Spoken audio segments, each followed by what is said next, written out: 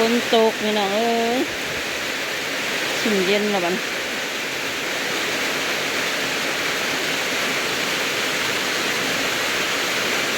แห้งเติบได้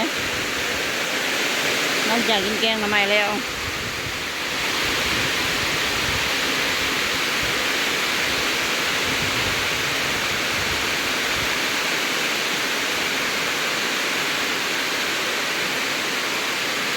ตกตามงนเลย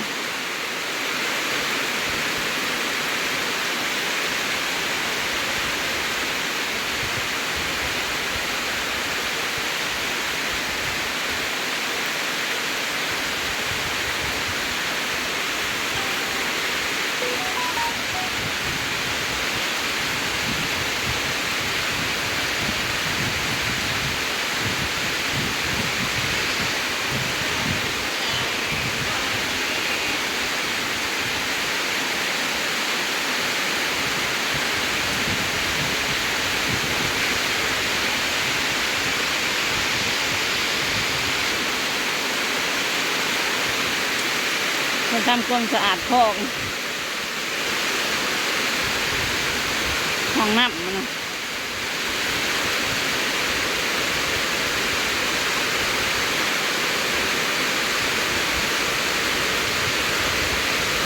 ทำความสะอาดคอกเตรียมมัน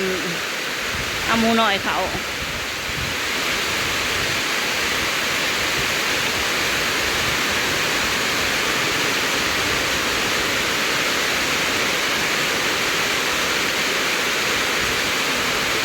ตรงใช้ทั้งนาโมงผมมีคน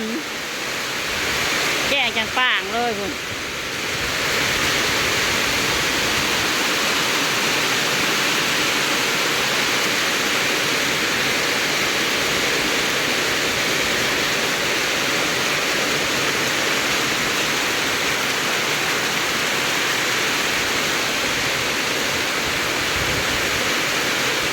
พอดีตกมาอ้อยเข่าเฮาพี่น้องเอ้ยมีแห้งเลยบัดนี้อันให้ตะกร้าน่ะดำเลยมันบ่มีน้ำลายพอดีพลมาเพิ่มให้ตะกี้ฮะเราเอายันน้ำแห้ง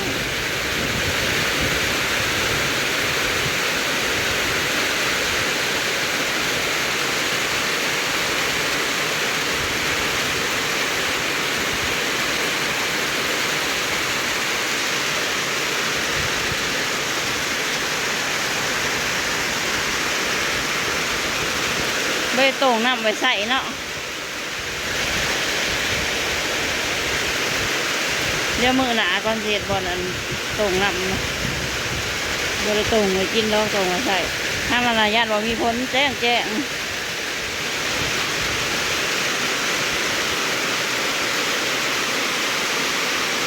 เฮ้ยผ้าอ้อมเจ้าเปียกบ่แหละ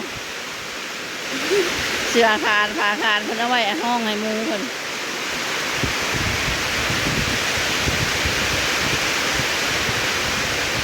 ลุกเด้อ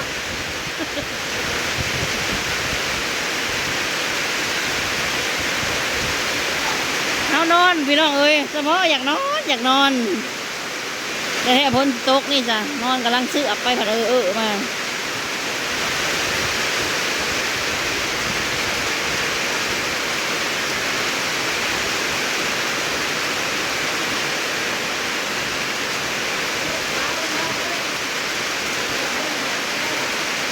ทางพ้นในมูคน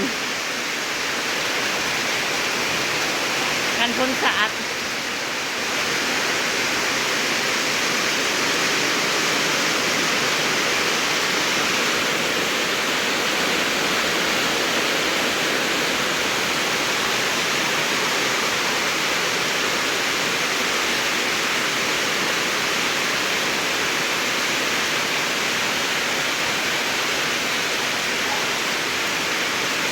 บ่อยจับมันบ่อยจับ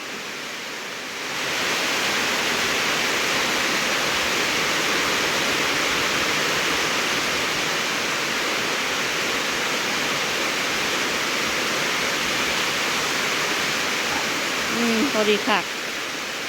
พวกว่าอ่อยเขาขน่อย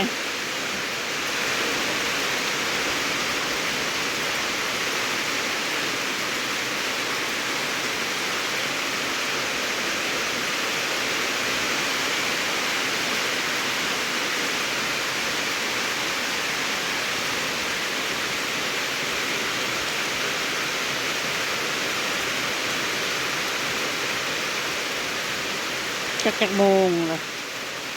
บ่ายเลย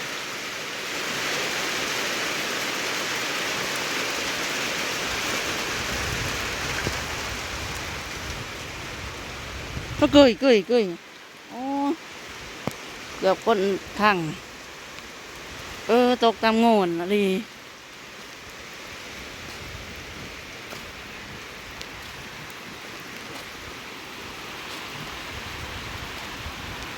เกย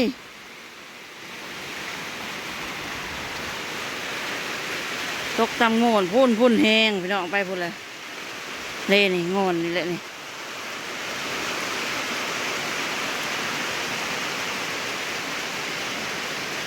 ี่ฮะว่าให้นี่แล้วมันพงนะนำบะถั่วมือนะดำมือสุดท้ายพอดีพลมาตื่นให้โอ้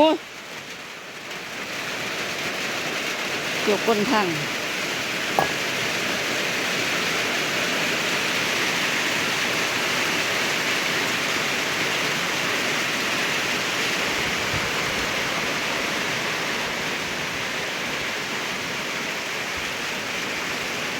ไปหอดพุ่นเลย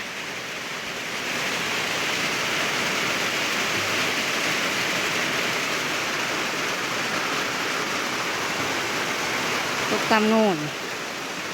เมฆ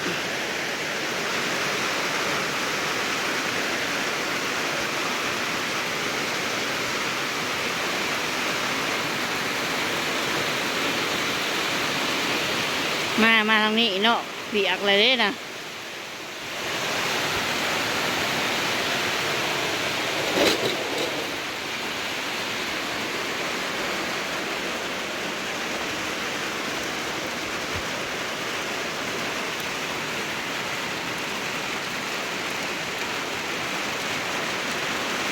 เขาว่านเราอยากออกกันไหน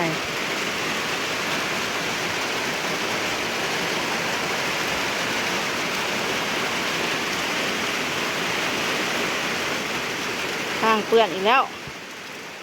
ตกแบบตกบ่แห้งนะพอดีทางมื่นเนาะทางขึ้นไปนี่ก็ลื่นเลย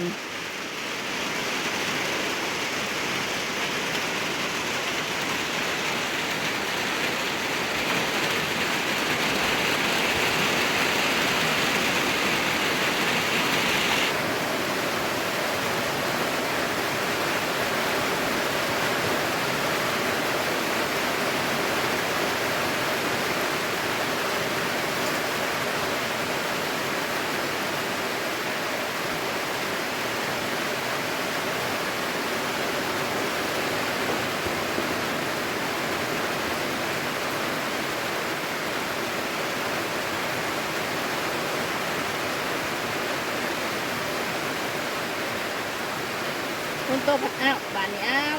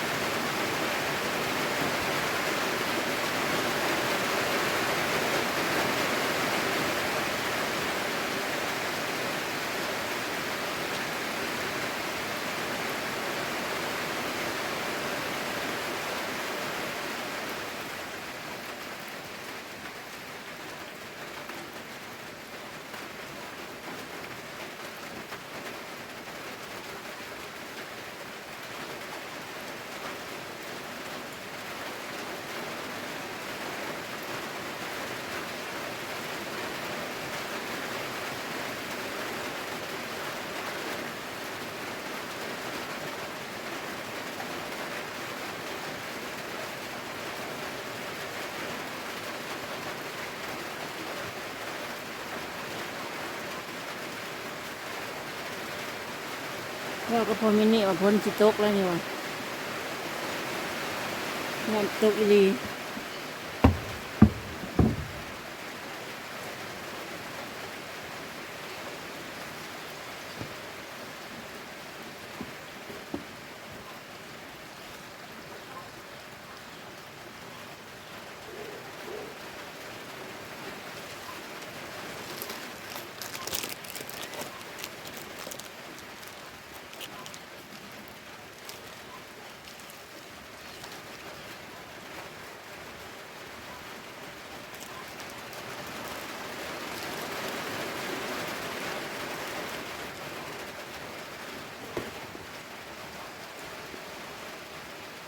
ราะว่าแล้วพ้นสิตกเจ้าบ่เสือข่อย